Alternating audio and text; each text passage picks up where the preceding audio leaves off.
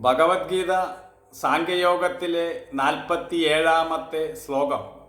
കർമ്മണ്യേ വാധികാരസ്തേ മാ ഫലേഷു കഥാചന മാ കർമ്മഫലഹേതുർഭൂ മാത്തേ സംഗോസ്ത്വ കർമ്മണി. അതായത്, നിനക്ക് കർമ്മം ചെയ്യുന്നതിന് മാത്രമേ അധികാരമുള്ളൂ. കർമ്മഫലത്തിൽ നിനക്കൊരിക്കലും അധികാരമില്ല.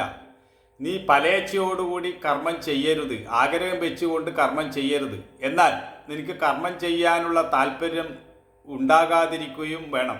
കർമ്മം ചെയ്യാൻ താല്പര്യം ഉണ്ടാവണം, എന്നാൽ ആ കർമ്മഫലത്തിൽ ആഗ്രഹം പാടില്ല എന്നാണ് ഇവിടെ പറഞ്ഞിരിക്കുന്നത്.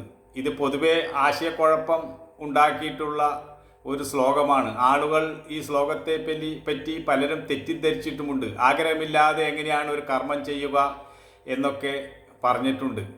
ഇവിടെ പറഞ്ഞിരിക്കുന്ന കാര്യം നമ്മൾ മനസ്സിലാക്കേണ്ടതുണ്ട്. കർമ്മം ചെയ്യാതിരിക്കാൻ നമുക്ക് ആർക്കും തന്നെ ഈ ലോകത്ത് സാധിക്കുകയില്ല. കർമ്മം ചെയ്യുക തന്നെ വേണം, പക്ഷെ ഫലത്തിൽ ആഗ്രഹിക്കേണ്ട എന്നാണ് ഇവിടെ പറഞ്ഞിട്ടുള്ളത്. അതായത് ഒരു കർമ്മം നടക്കുന്നത് വർത്തമാന നിമിഷത്തിലാണ്, എന്നാൽ അതിൻ്റെ ഫലം ഭാവിയിലാണ്. അത് നമ്മുടെ കയ്യിലല്ല. അടുത്ത നിമിഷം നമ്മൾ ഉണ്ടാവുമോ എന്ന് തന്നെ നമുക്ക് പറയുവാൻ കഴിയുകയില്ല. അപ്പോൾ ഫലത്തെ ഇച്ഛിച്ചിട്ട് എന്താണ് കാര്യം? മാത്രമല്ല, നമ്മൾ ഇച്ഛിച്ച ഒരു കാര്യം ചെയ്തു, പക്ഷേ വരുന്നത് അതിന് വിപരീതമായ ഫലമായിരിക്കും. നമുക്കെന്ത് ചെയ്യാൻ പറ്റും? ക്ലേശിക്കാനേ കഴിയുകയുള്ളൂ. അതുകൊണ്ട് ഇതൊരു മനഃശാസ്ത്രപരമായ കാര്യമാണ്, അല്ലാതെ കർമ്മത്തിന് ഫലമില്ല എന്നതല്ല ഈ പറഞ്ഞതിൻ്റെ അർത്ഥം. കർമ്മത്തിന് തീർച്ചയായും ഫലമുണ്ട്, പക്ഷേ കർമ്മത്തിൻ്റെ ഫലം എന്ന് പറയുന്നത് നമ്മൾ ആഗ്രഹിക്കുന്നത് പോലെയല്ല. ഒരു കർമ്മത്തിൻ്റെ ഫലം എന്ന് പറയുന്നത് നിരവധി ഘടകങ്ങളെ ആശ്രയിച്ചാണ് ഇരിക്കുന്നത്. അത് പ്രപഞ്ച നിയമത്തിനനുസരിച്ചാണ് ആ കർമ്മത്തിൻ്റെ ഫലം വരിക. ആ കർമ്മത്തിൻ്റെ സൂക്ഷ്മരൂപം എന്താണെന്ന് നമുക്കറിയില്ല. എന്നാൽ ആഗ്രഹത്തോടുകൂടി ഫലേച്ഛയോടുകൂടി നമ്മളൊരു കർമ്മം ചെയ്യുകയാണെങ്കിൽ ആ കർമ്മം ചിലപ്പോൾ പുണ്യമുണ്ടാക്കാം, പാപമുണ്ടാക്കാം. പുണ്യത്തിൻ്റെ അല്ലെങ്കിൽ പാപത്തിൻ്റെ ഫലം അദൃഷ്ട രൂപത്തിൽ അല്ലെങ്കിൽ സൂക്ഷ്മ രൂപത്തിൽ അത് നമ്മിൽ തങ്ങി നിൽക്കും. അത് ഭാവിയിൽ നമുക്ക് പ്രാരബ്ധമായി വരാം. നമ്മൾ അനുഭവിക്കുന്ന സുഖദുഃഖങ്ങൾക്കെല്ലാം കാരണം നമ്മുടെ കർമ്മങ്ങൾ തന്നെയാണ്.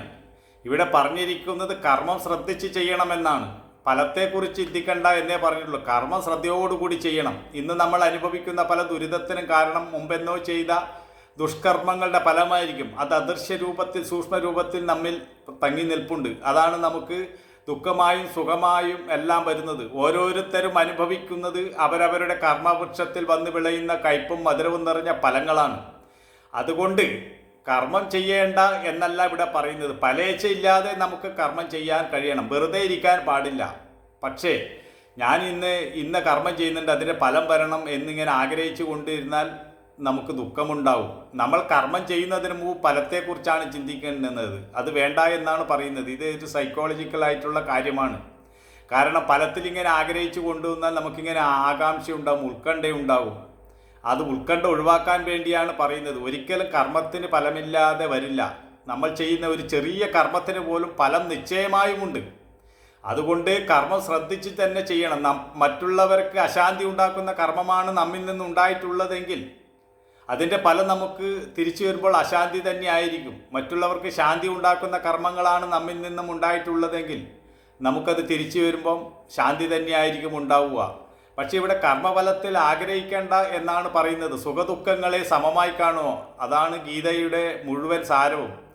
ഒരു സമഭാവനയിൽ മനസ്സിനെ കൊണ്ട് നിർത്തുക. ഈ ലോകത്തിൽ ദ്വന്ദ്വാത്മകതയുണ്ട്, എല്ലാറ്റിനും രണ്ട് വശങ്ങളുണ്ട്. അതുകൊണ്ട് നമുക്ക് ഒരിക്കലും സുഖം അനുഭവിച്ചാൽ ദുഃഖവും ഒഴിവാക്കാൻ പറ്റില്ല. ഇതെല്ലാം മനസ്സിലാക്കിക്കൊണ്ട് നമ്മൾ കർമ്മം ഇങ്ങനെ ചെയ്തുകൊണ്ടേയിരിക്കുക, ഫലം ഇച്ഛിക്കാതിരിക്കുക. ഫലം വന്നുകൊണ്ടേയിരിക്കും, അതിൽ യാതൊരു സംശയവുമില്ല. പക്ഷെ ഫലത്തെക്കുറിച്ച് ഇങ്ങനെ ചിന്തിച്ചു കൊണ്ടിരുന്നാൽ ആകാംക്ഷയുണ്ടാവും, ദുഃഖമുണ്ടാവും.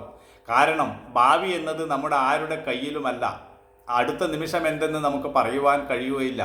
അതുകൊണ്ടാണ് ഈ നിമിഷം, ഈ വർത്തമാനത്തിലെ നമ്മുടെ ടെൻഷൻ ഒഴിവാക്കാൻ, ഉത്കണ്ഠ ഒഴിവാക്കാൻ വേണ്ടിയാണ് ഈ പറഞ്ഞിട്ടുള്ള കാര്യങ്ങൾ. അല്ലാതെ ഫലം ലഭിക്കില്ല എന്നതല്ല ഇതിൻ്റെ അർത്ഥം. ഇത് മനസ്സിലാക്കാതെയാണ് ആളുകൾ ഈ ശ്ലോകത്തെ തെറ്റിദ്ധരിക്കുന്നത്. ഏതൊരു വ്യക്തിയായാലും എത്ര വലിയവനായാലും ഈ പ്രപഞ്ചം ഒരു പ്രോഗ്രാമാണ്. ഈ പ്രപഞ്ച നിയമം അനുസരിച്ചുള്ള ഫലമേ ആർക്കും ലഭിക്കുകയുള്ളൂ. എത്ര വലിയവനായാലും ഞാൻ ദൈവമാണെന്ന് പറഞ്ഞാലും ദൈവത്തിനും ദൈവത്തിൻ്റെ നിയമം മാറ്റാൻ പറ്റില്ലെന്നാണ് പ്രപഞ്ച സത്യം. അതുകൊണ്ട് ആരും ഈ പ്രപഞ്ചത്തിന് അതീതരല്ല, എല്ലാവരും അധീനരാണ്. ആ ഒരു യാഥാർത്ഥ്യം നമ്മൾ മനസ്സിലാക്കി ഈ ലോകത്ത് ജീവിക്കണം. നമുക്ക് ശാന്തിയും സമാധാനവും ഉണ്ടാകണമെങ്കിൽ നല്ല കർമ്മങ്ങൾ തന്നെ ചെയ്യണം. ആ നല്ല കർമ്മം ചെയ്തിട്ടും ചിലർക്ക് ദുഃഖവും ദുരിതവും വരുന്ന കാണാം. അപ്പോൾ നമ്മൾ വിചാരിക്കും നല്ല കർമ്മം ചെയ്തിട്ട് എന്താണ് ഇങ്ങനെ വന്നേ. അങ്ങനെയല്ല അത് കാണണ്ടേ. നമ്മളിപ്പോൾ നല്ല കർമ്മം ചെയ്തു, പക്ഷെ മുമ്പെന്നോ ചെയ്തതിൻ്റെ ഫലമാണ് ഇപ്പോൾ നമ്മൾ അനുഭവിക്കുന്നത്. ഇപ്പോൾ ചെയ്യുന്നതിൻ്റെ ഫലം നാളെ ലഭിക്കും. അതുകൊണ്ട് ഇത് രണ്ടും, ഭൂതവും ഭാവിയും ഒന്നും ഓർക്കേണ്ട. ഈ നിമിഷത്തിൽ നമ്മളുണ്ട്. ഈ നിമിഷത്തിൽ നമ്മൾ സന്തോഷത്തോടു കൂടി വർത്തമാനകാലത്തിൽ ചെയ്തു തീർക്കേണ്ടതെന്തോ ആ കർത്തവ്യങ്ങളൊക്കെ ചെയ്ത് മുന്നോട്ട് പോവുക. വരുന്നതെന്താ വരട്ടെ, അതിനെ സ്വീകരിക്കാൻ തയ്യാറാവുക. ഈ ഒരു മനോഭാവം, ഈ ഒരു സമഭാവന, സമബുദ്ധി കൈവരിക്കുവാനാണ് ഗീത നമ്മോട് തുടക്കം മുതലേ പറയുന്നത്. ഇക്കാര്യം നമുക്ക് കൂടുതൽ മുന്നോട്ട് പോകുമ്പോൾ മനസ്സിലാക്കാൻ കഴിയുന്നതായിരിക്കും.